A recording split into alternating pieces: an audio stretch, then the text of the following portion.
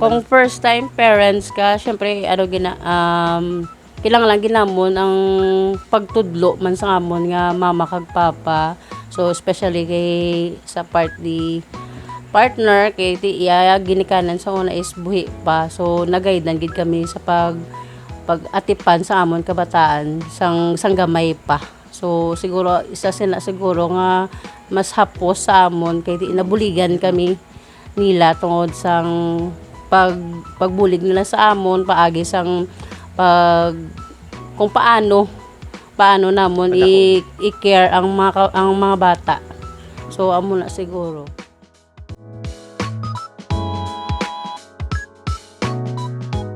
Ang ma-encourage naman sa part of motivation sa ila, siyempre dapat may role model. So siyempre kung may role model mo nang ginalook up to nila. So sa ila sa mga bata namon be nang siyempre na influences kita mo ni manang team manang an nga mostly study lang gid sila mamo na.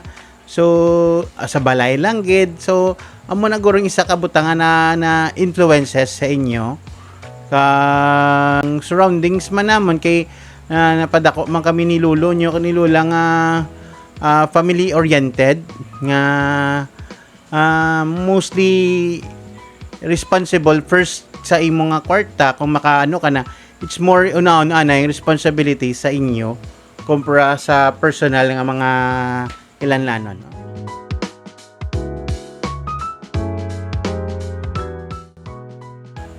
Surprises, actually there are a lot. One that surprised me, and I still keep on standing on that one, being a responsible parent sa inyo, di ba? So for me, wala man ko silang gina-prioritize kagalingan ko as long as syempre si wife ko, mama nyo na isang matured in an early age. So wala na ko yan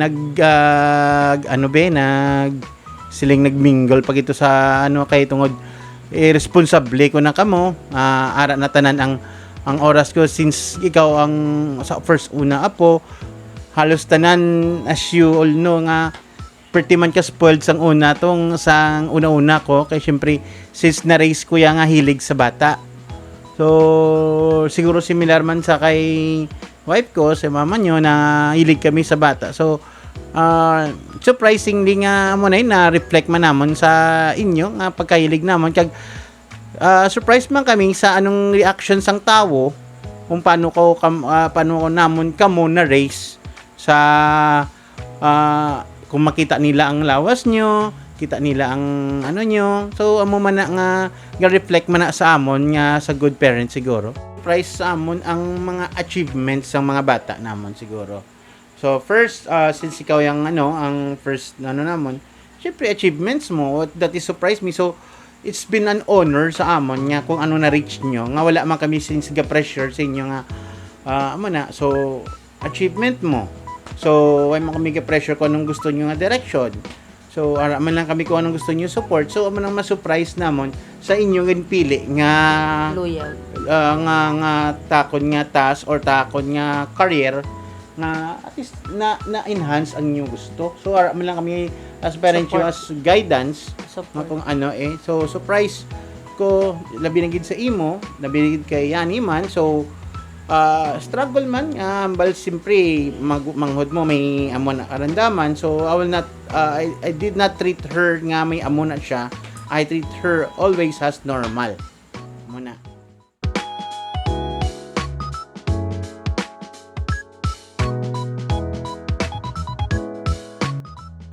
Support system. So most dako gid nga aspect ang support system ang family.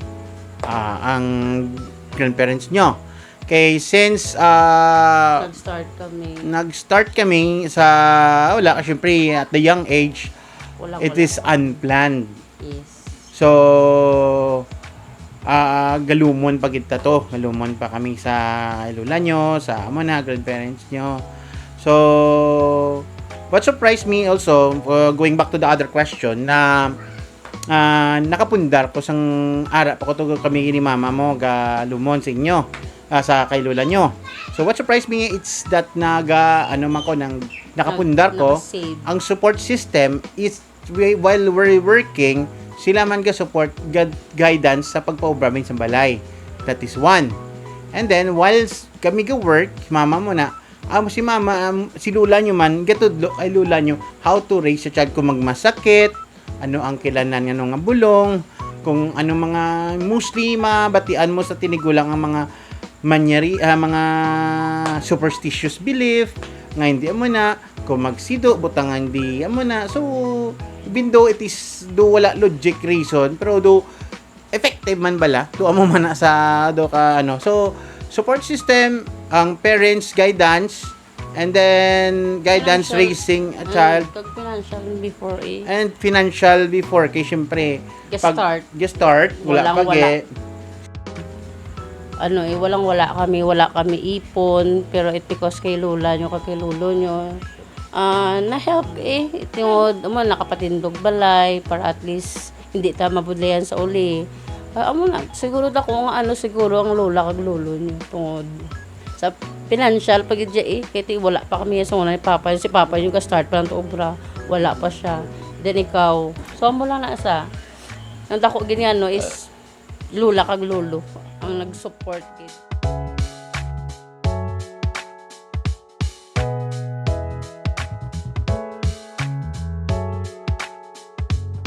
life lesson and values. Dapat maging supportive ka sa ila luyag.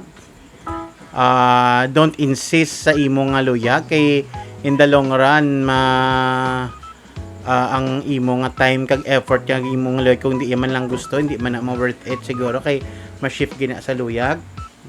And then lesson sang before since to be honest mag-discipline sa inyo kisa. So hindi man siling Di ba kami perfect?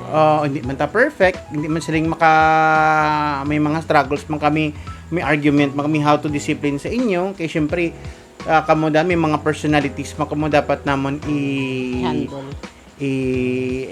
mood change of mood kay depende sa inyo, depende man siya may mga sa inyo nga different personalities kamo. So life lesson, kilala nun ang inyo nga bata kung diin ang ila nga hilig and then kung diin sila weak, dra ka mga support and then kung ang hilig, dra may push.